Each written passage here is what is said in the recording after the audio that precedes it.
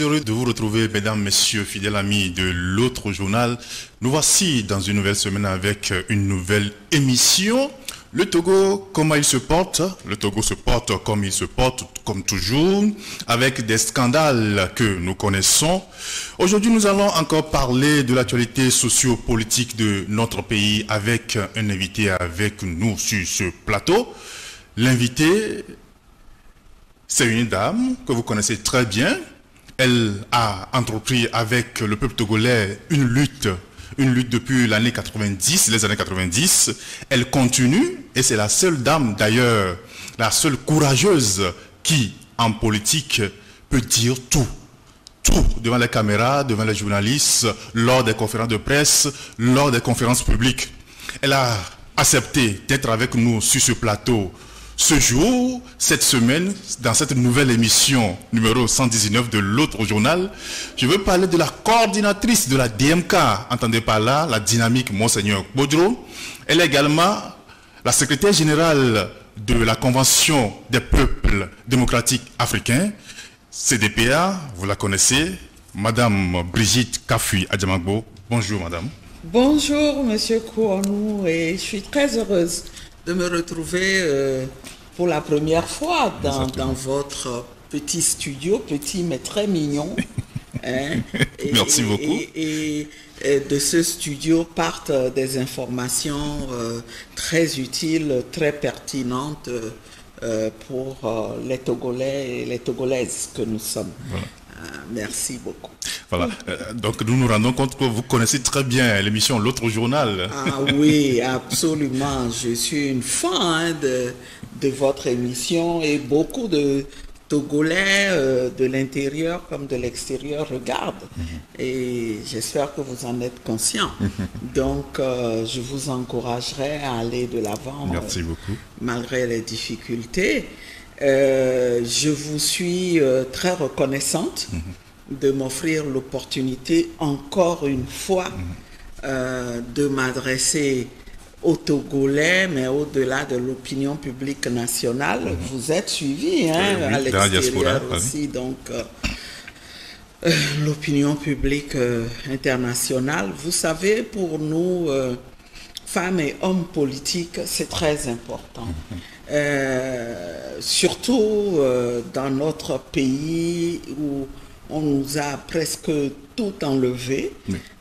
C'est plus que jamais important de se battre pour faire entendre la voix des populations, parce que je considère que quand j'interviens sur les médias, je suis un peu la représentante aussi de ces millions de Togolais qui n'ont pas l'occasion de dire vraiment ce qu'ils pensent. Et en même temps, c'est dans mon rôle de les informer et d'éveiller leur conscience sur un certain nombre de réalité. Voilà. Voilà. Merci. Donc, merci beaucoup. Merci, ça nous fait chaud au cœur de savoir que Madame adore bien cette émission, l'autre journal. Voilà, nous allons continuer. C'est un bel courage. Merci Madame. Nous allons commencer notre discussion sur l'actualité sociopolitique dans cette émission. Oui, parlons d'abord de la DMK. Comment se porte la DMK aujourd'hui? La DMK se porte comme une coalition de partis politiques et d'organisations de la société civile. Une coalition qui a conscience du rôle historique qu'est la sienne. Et nous pensons aussi que il y a beaucoup de difficultés, mais malgré les difficultés, nous nous battons, nous tenons debout, parce que nous savons que si jamais nous fléchissons et si jamais nous disparaissons comme c'est le souhait de nos adversaires, eh bien, il n'y aura plus grand espoir pour qu'il y ait des lendemains meilleurs au Togo. Donc nous sommes bien conscients de notre rôle, même si les responsabilités nous pèsent énormément. Nous nous disons, on n'a pas le droit d'être égoïste, on n'a pas le droit d'être défaitiste. Il faut aller de l'avant. On a l'impression aujourd'hui que vous êtes seul sur le paysage politique aujourd'hui parce qu'il n'y a plus de force. L'opposition, il y en a. On vous a laissé, c'est vous seul qui menez le combat aujourd'hui.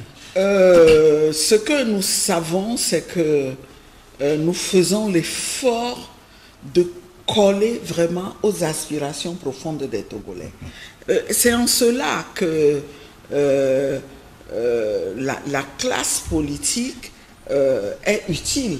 Si vous êtes là en tant qu'acteur de l'opposition, acteur de changement, et que vous n'êtes pas capable de porter ces aspirations, alors vous ne servez à rien du tout. Et il se fait qu'en ce moment particulier, dans ce contexte particulier, de déficit démocratique et même de dictature, disons, appelons les choses par leur nom, c'est particulièrement pesant de remplir ce rôle-là, mais c'est avec fierté que nous le faisons et nous nous sentons obligés de le faire, même si d'autres acteurs se taisent. Je l'ai dit tout à l'heure, c'est le minimum. Voilà. C'est vraiment le minimum que nous puissions faire. Au moins qu'on fasse entendre la voix de ces Togolais qui aspirent à vivre en démocratie, qui aspirent à vivre en liberté, qui aspirent à vivre dans une société prospère. Et donc, c'est peut-être pour ça que on a l'impression d'être, nous donnons l'impression d'être la seule force. Ce n'est pas facile, mais on y va avec le sens du devoir. Vous tenez bon, voilà, on l'a remarqué. Nous allons revenir tout à l'heure sur l'aspect politique, votre combat, la lutte que vous menez depuis 2020 jusqu'à maintenant, tout à l'heure dans cette émission. Mais revenons, nous allons sur le côté social, dans cette émission. On a connu la Covid-19, on en ressent encore les effets jusqu'à présent. Et aujourd'hui, c'est la vie chère. Cette période est accentuée par cette vie chère. Ouais. Comment appréciez-vous en tant que femme, appréciez-vous la situation aujourd'hui? Mais je dois rappeler que c'est une situation très pesante et de plus en plus pesante, dure à vivre pour beaucoup de Togolais. Personne n'est épargné, à moins qu'on ne se trouve parmi une minorité à l'aise et qui dispose de ressources presque illimitées, des ressources qui en principe devraient être répartis équitablement entre tous les Togolais. Puisqu'il y en a qui avaient dit que les Togolais n'ont pas faim. C'est ça. Les Togolais n'ont pas faim. On a entendu ça dans ce pays. Et je pense qu'aujourd'hui, plus que jamais, on peut dire que nous avons faim. Et je me demande, paix à son âme, si mon aîné qui avait tenu ce discours, si aujourd'hui il avait la parole, je me demande s'il aurait le courage de tenir la même affirmation.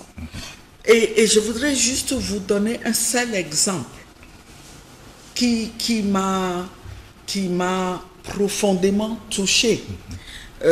C'est un témoignage recueilli lorsque nous préparions les dernières manifestations qui ont été interdites et où nous étions au marché, où une dame était en train d'expliquer que la situation de vie chère est telle que, eh bien, elle est obligée, le matin, quand les enfants demandent le petit déjeuner, eh bien, elle les calme, elle leur dit attendez, vous allez manger tout de suite, et elle essaye de les amener jusqu'à 11h.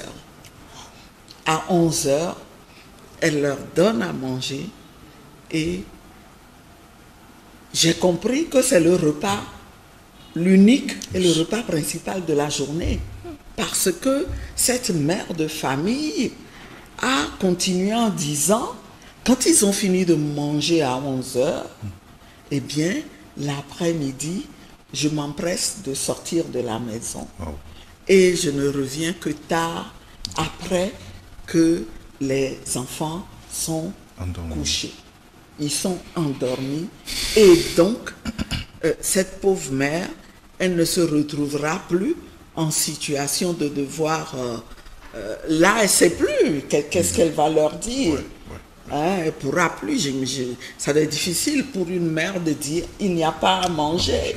Alors, là, le subterfuge qu'elle a trouvé, c'est de sortir et de ne rentrer que tard, tout en sachant qu'ils seront déjà endormis la faim, avec la faim.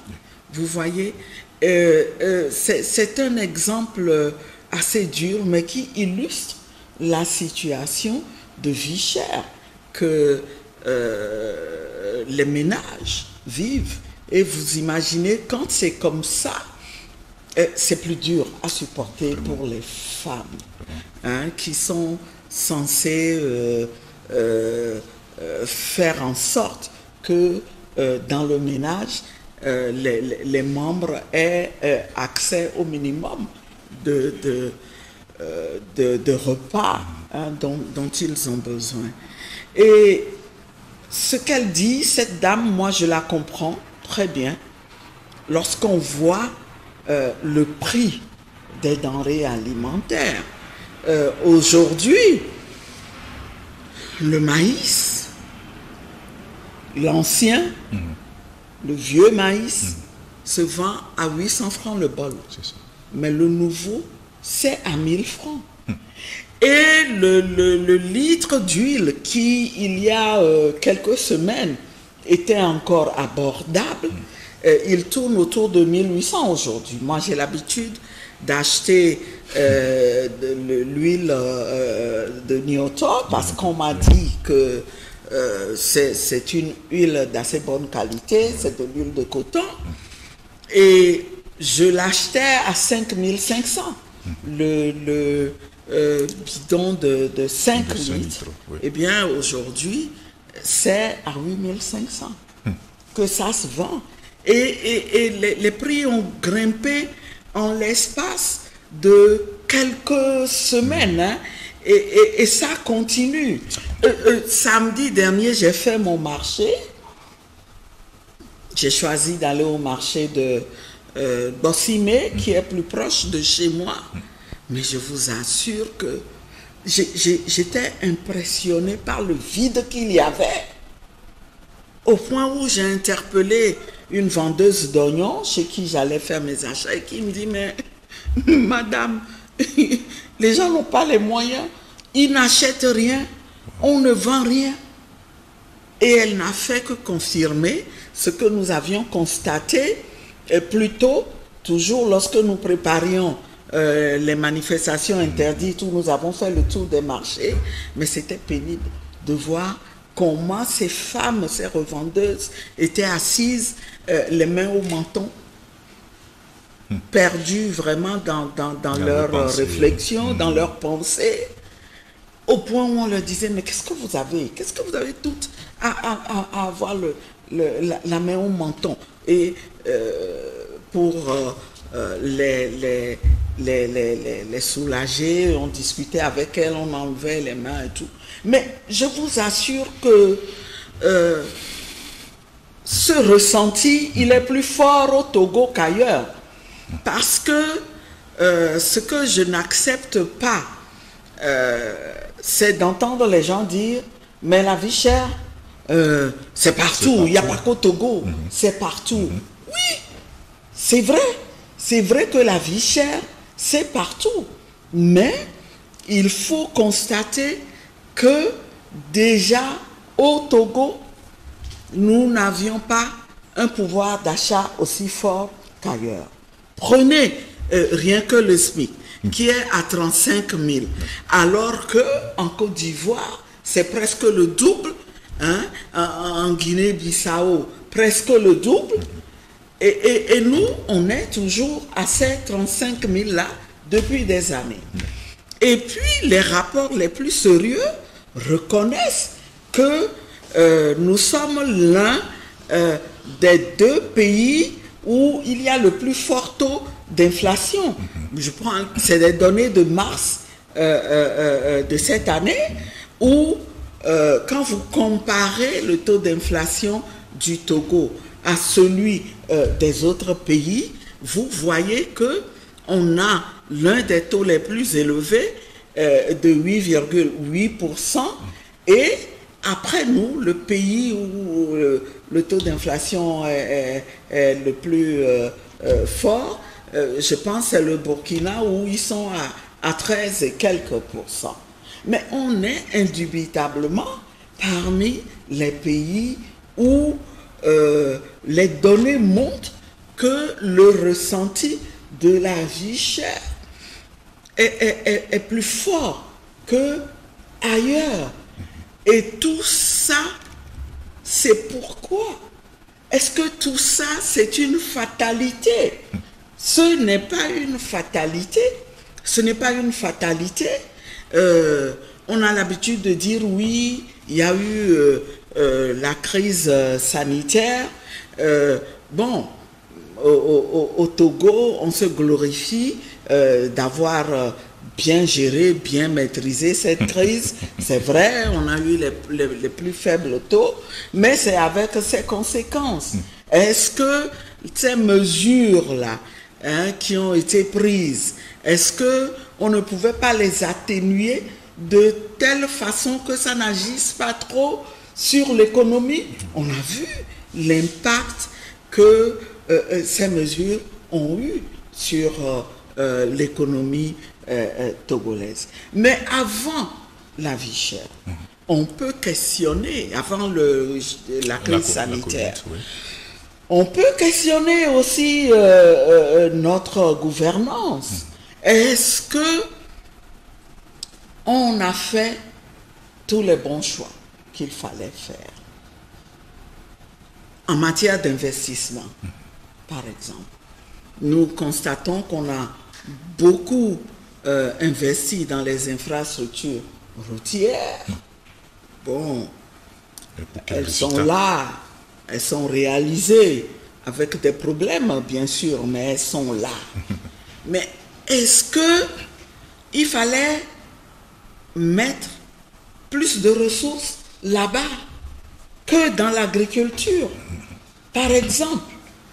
Et encore une fois, lorsque vous vous référez aux données, vous voyez que, en ce qui concerne la production du maïs, par exemple, j'ai essayé dans mes recherches de voir un certain nombre de données, et je me suis aperçu qu'entre 2007 et 2018, eh bien oui, c'est vrai, la production du maïs au Togo a augmenté. Elle a augmenté de 74%. Heureusement, quand même, parce que tous les projets qu'on annonce par-ci et par-là, seulement lorsque vous comparez cette donnée-là à celle d'un pays comme le Mali, par exemple, pour la même période, la production a progressé de 485%. Comparer 74% et 485%. Ça veut dire quoi? Ça veut dire que dans ce pays, ils ont compris qu'il faut qu'ils investissent dans une culture vivrière comme le maïs, qui fait partie de l'alimentation de base des populations. Au Togo, avec tout le boucan que nous avons fait, voilà les performances que nous avons. Est-ce qu'on ne pouvait vraiment pas faire mieux? c'est trop facile de dire oui, la vie chère, elle existe partout. Ce n'est pas seulement qu'au Togo, comme si les dirigeants ne devaient pas en être comptables. Non, ce sont les dirigeants qui en sont comptables. Et ce sont eux qui sont tenus de prendre des mesures pour soulager. Ah oui, parlons de mesures. Le gouvernement avait pris quelques mesures il y a quelques semaines, des mesures que certains ont qualifiées de mesurettes, parce que ces mesures n'ont pas réellement d'impact sur les populations. Et parallèlement, on a connu des hausses de certaines taxes qui ont plus cloué les Togolais sur le pot. Absolument. Je suis tout à fait d'accord que les mesures n'étaient pas adéquates. Elles n'étaient pas à la hauteur du mal. Et je ne sais pas ce que ça cache. Est-ce que c'est une incapacité à agir? Est-ce que c'est un manque de volonté politique? On se le demande. Donc, ces mesures n'étaient pas à la hauteur. Mais vous avez mis le doigt encore sur d'autres aspects de cette gouvernance qui a contribué à accroître les maux sous lesquels les Togolais ploient aujourd'hui. Est-ce que, par exemple, alors que nous étions encore en pleine crise sanitaire, ou qu'on en sortait à peine avec les conséquences économiques, qu'on a vu les conséquences sociales, est-ce qu'on avait besoin de prendre des mesures comme celles liées à l'augmentation du péage, à l'assujettissement d'une catégorie des usagers à ce péage-là, tel que les émigrants?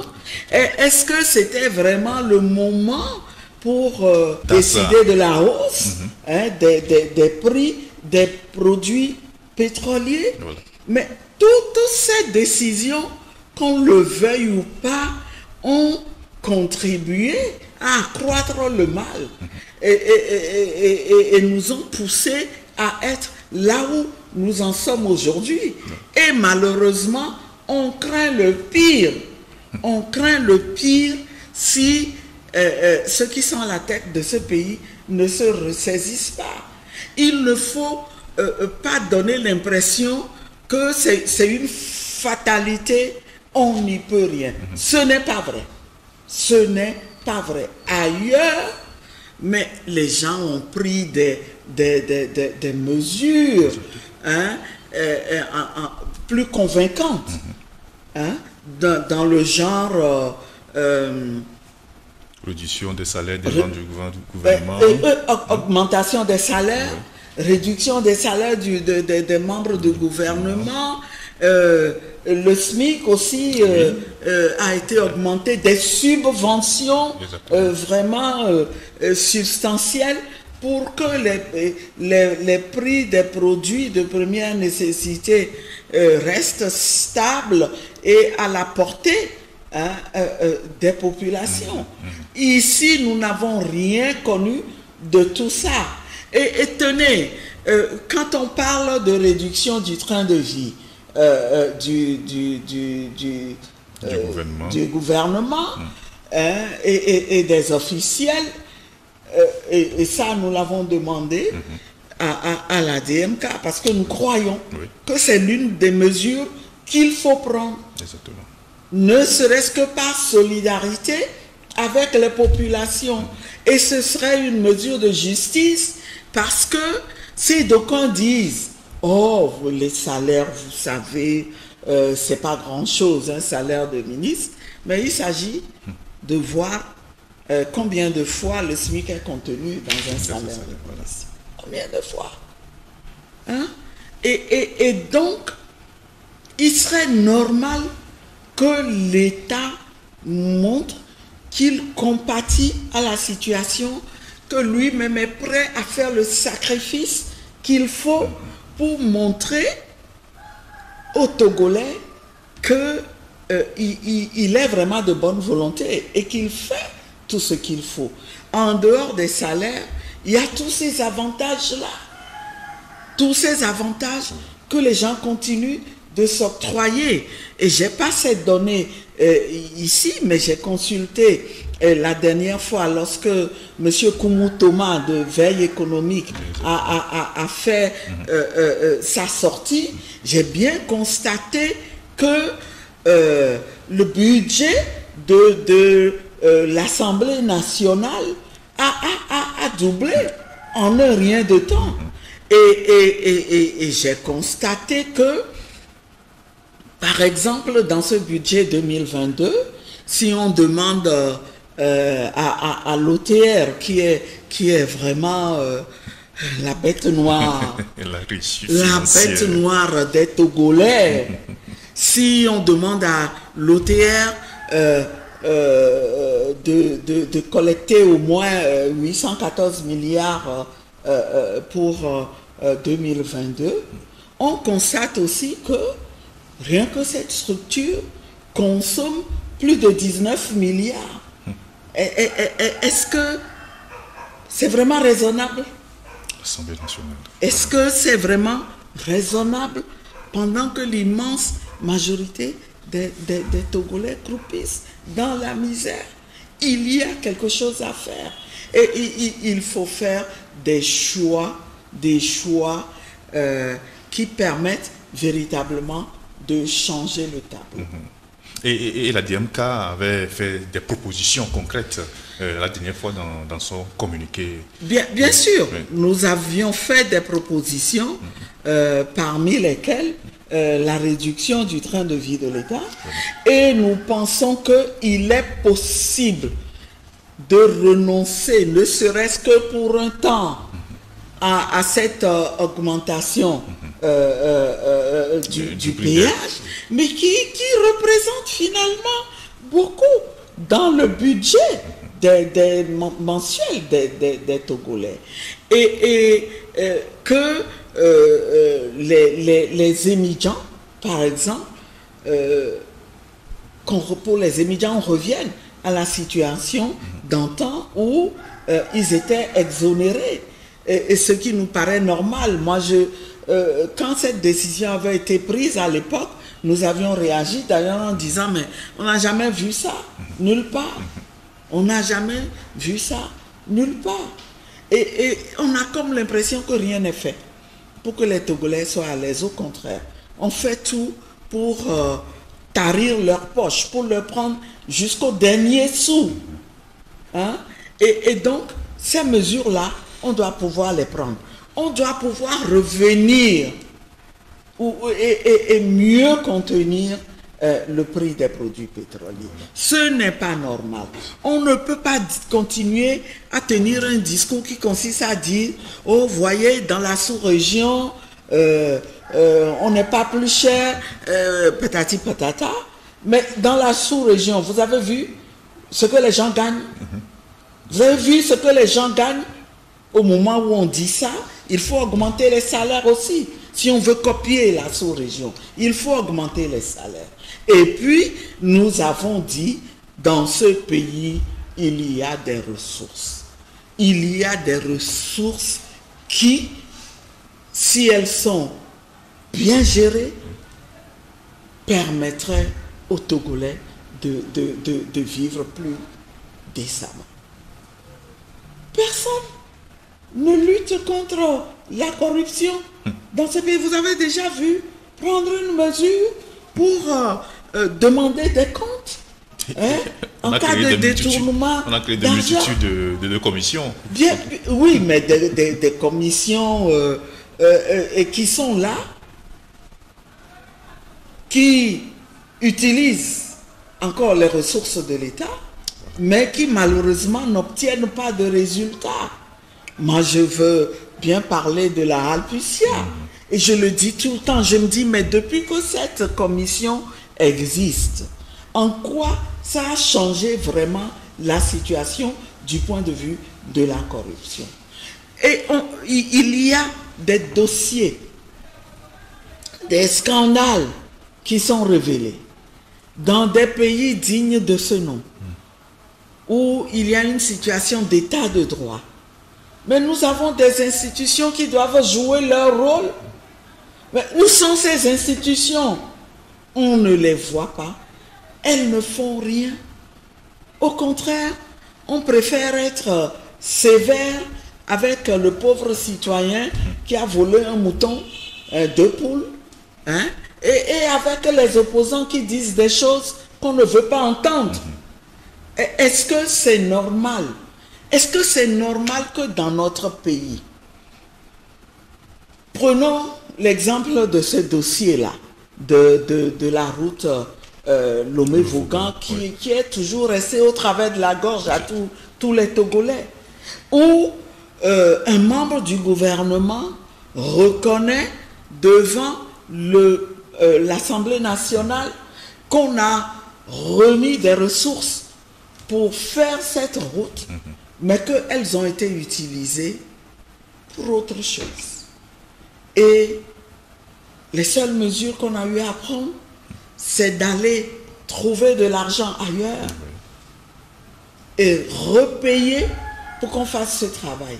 Mais attendez, et là, c'était 26 milliards, il me semble, un truc comme ça. Exactement. Mais c'est passé où?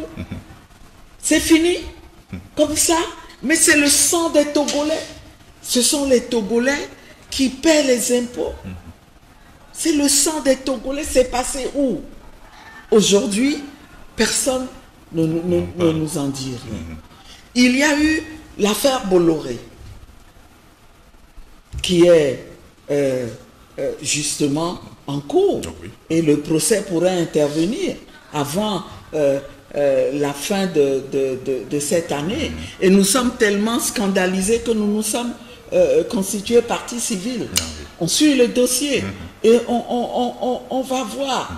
Mais est-ce que c'est normal que les ressources du pays soient bradées comme ça à des amis, hein, pour des contreparties qui ne bénéficient pas à tous? Est-ce que c'est normal, hein? Prenez ce scandale-là dans le dossier du pétrole. Aujourd'hui, on saigne les Togolais. Et si mes souvenirs sont bons, c'était une affaire de 500 et quelques milliards en jeu. 500 milliards, voilà. Attendez, c'est tellement gros que n'importe quel dirigeant qui respecte ses citoyens aurait eu le souci de faire la lumière et de leur dire, voyez, on vous a menti. Il n'y a pas un seul franc de perdu pour vous et qu'on aurait dû utiliser. On se comporte au contraire comme si on est redevable à personne, parce qu'on sait que les élections sont des formalités. Ah oui, exactement. Vous ne pourrez pas sanctionner. Vous avez beau vouloir sanctionner, nous on sait ce qu'il faut faire pour être là. Ça va durer jusqu'à quand? Jusqu'à quand, vraiment? C'est la question qu'on se pose. Jusqu'à quand? C'est la question qu'on se pose. Oui, maintenant nous allons quitter la vie chère, parce que comme si cela ne suffisait pas, c'est le terrorisme qui tombe, hein, sur les Togolais. Et on a connu, hein, cette affaire, ce dossier d'Apaon, où des enfants ont été pris pour cible, ont été pris comme des terroristes, des djihadistes, et on a lâché des charges sur ces enfants qui sont décédés, et 2 aujourd'hui sont à l'hôpital de Dapaon. On ne sait pas s'ils sont complètement guéris de leurs blessures. Madame, quand vous avez appris cette nouvelle-là, en tant que maman, mère, comment est-ce que vous avez réagi? Ça nous a profondément attristés. Ça nous a profondément attristés, et nous avions demandé à ce que la lumière soit faite sur cette affaire, parce que c'était tellement flou et on avait comme l'impression qu'on voulait cacher la vérité. Et je pense qu'il faut saluer d'abord les populations des savanes qui, dès qu'on a semblé annoncer une version tendant à faire croire que ces enfants sont morts du fait des terroristes, ils ont eu le courage, nos compatriotes, de dire non. Non, rien de tel ne s'est passé. Il n'y a pas eu de mine. Il y a eu des tirs d'en haut. Et on montrait les impacts de balles. Et heureusement que le fait était tellement choquant que beaucoup d'acteurs se sont mobilisés. Et c'est un peu le lieu de jeter des fleurs aussi aux gens des médias que vous êtes et qui travaillez dans des conditions extrêmement difficiles. Vous aussi, vous avez joué votre partition et heureusement que ça a amené rapidement à accepter cette triste vérité. Mais la question est de savoir est-ce qu'aujourd'hui on a pris des mesures que ce genre de bavure ne se répète plus. Des mesures en termes de formation, non seulement d'équipement, mais de renforcement des capacités de nos forces armées dont le rôle est de nous protéger plutôt que de nous tuer par erreur. Ce n'est pas possible. Aujourd'hui, la vie de ces jeunes est perdue à jamais. Vous avez eu des familles qui étaient doublement endeuillées dans la même famille. Il y a des familles qui en ont perdu deux. C'est vraiment triste. Et nous devons nous dire, plus jamais ça. Plus jamais ça. Et ce qu'il y a aussi, c'est qu'il faut se dire que ces enjeux sécuritaires-là sont des enjeux très sérieux. Ça y est, ils sont à nos portes, ils sont là. Et il va falloir que nous prenions la chose au sérieux pour vraiment y faire face. J'ai parlé de capacité, en termes de formation, en termes d'équipement, en termes de motivation. Dans quelles conditions ces forces armées-là travaillent. Il faut voir tout ça. Et nous en étions à déplorer cette bavure lorsque il y a eu tout récemment cette attaque barbare. On ne peut même pas voir les images. Je n'ai pas pu supporter ces images-là. Et là aussi, à ce jour, on n'est pas satisfait. C'est un peu flou, oui.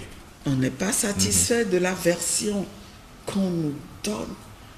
Et ce que les Togolais demandent, c'est qu'on prenne vraiment au sérieux le terrorisme. Et il est déjà là avec nous, d'une certaine manière. S'il n'est pas là, il sera là. Parce que tout ce qui se passe là, si ce n'est pas vraiment du terrorisme, ça va attirer le terrorisme. La question est de savoir est-ce que nous sommes prêts. Nous ne sommes pas prêts. Nous ne sommes pas prêts psychologiquement à affronter ce phénomène-là parce que dans notre maison, les conditions ne sont pas réunies. Depuis que les manifestations ont commencé, on crie à tue-tête, on en appelle à la collaboration entre les populations. Exactement, madame. Est-ce que vous croyez à cette collaboration entre population et force de l'ordre? C'est qu'on a l'histoire du Togo. C'est ce qu'il faut. C'est ce qu'il faut. Oui. Si nous voulons en sortir. Mais est-ce que les conditions sont réunies pour que cette collaboration puisse avoir lieu? Tout ce qu'il y a comme frustration accumulée à partir d'actes de répression aveugle des populations sur plusieurs années et pour lesquelles on n'a pas fait la lumière. On n'a fait aucune lumière à ce jour. On ne sait pas qui a fait, pourquoi. On n'a pas demandé des comptes. Ça nourrit les rancœurs. Ça crée une perception de nos frères qui sont dans les forces armées, une perception qui n'est pas celle de frères qui ont en charge votre protection, mais au contraire, une perception d'adversaires à la limite pour lesquels on rechercherait du mal. Et ça, là, ça se corrige. Ça se corrige. Voilà ce qui est des populations. Maintenant, dans le pays, voyez ce qui se passe, où au niveau de la société civile, il y a un rétrécissement de l'espace civique qui fait que les gens, ils ne sont pas contents. Ils ne sont pas dans la prédisposition de collaborer pour faire face à l'ennemi commun. Du côté de la classe politique, n'en parlons pas. N'en parlons pas. Et le grief fondamental que cette classe politique qui veut vraiment le changement dans ce pays partage d'ailleurs avec les populations, c'est que on ne veut pas que ce pays change. On ne veut pas rompre avec cette dictature-là qui sévit depuis plusieurs décennies. On a beau faire, on fait tout pour maintenir le statu quo. Ce qui fait que, pour qu'il y ait cette unité nationale à laquelle le chef de l'État a appelé et qui nous semble être la chose normale dans cette situation-là, mais il faut poser des actes courageux. Il faut écouter les griefs. Il faut y trouver des réponses et faire la paix à la maison pour que nous fassions face à l'ennemi commun. C'est ça le problème que nous avons et qui fait qu'on est très inquiet. Il faut aller vite si on veut que le Togo soit prêt vraiment comme un seul homme à faire face à ce fléau et à bouter dehors, à faire en sorte que ces terroristes-là se disent « vaut mieux ne pas rentrer dans cette maison parce que vous aurez chaud ». Les gens se lèveront tous comme un seul et ils vous feront la peau. C'est ça qu'il nous faut. Et c'est ça que nous appelons de tous nos voeux. Ça aussi, nous l'avons dit dans le communiqué que la DMK a rendu public la dernière fois. Il ne s'agit pas, j'entends des gens dire, il faut consulter la classe politique. Il faut consulter. Oui, ça se fait en situation normale dans un pays qui fonctionne régulièrement, où les institutions démocratiques régulent la vie politique de telle sorte qu'il n'y a pas de crise, il n'y a rien. Tout se déroule normalement. Oui, vous pouvez consulter la classe politique pour l'écouter. Mais ce que nous disons, il y a bien plus que ça. Il y a des griefs qu'il faut régler. Ensuite, ensemble, le cœur apaisé, les cœurs apaisés, et bien tout le monde pourra réfléchir et dire, bon, voilà ce qu'il faut, voilà ce qu'il faut. Voilà ce que nous disons. Merci beaucoup, madame. Je pense que ces propositions, tout ça là, et vous l'avez dans vos communiqués et déclarations. D'ailleurs, pour lutter contre cette vie chère, ce terrorisme, tout ça là, c'est pourquoi la DMK a invité les populations pour un sitting, pour leur expliquer l'actualité sociopolitique du Togo et d'ailleurs, mais ces meetings, ces manifestations ont été interdites par le pouvoir en place. Nous allons revenir tout à l'heure après cette pause.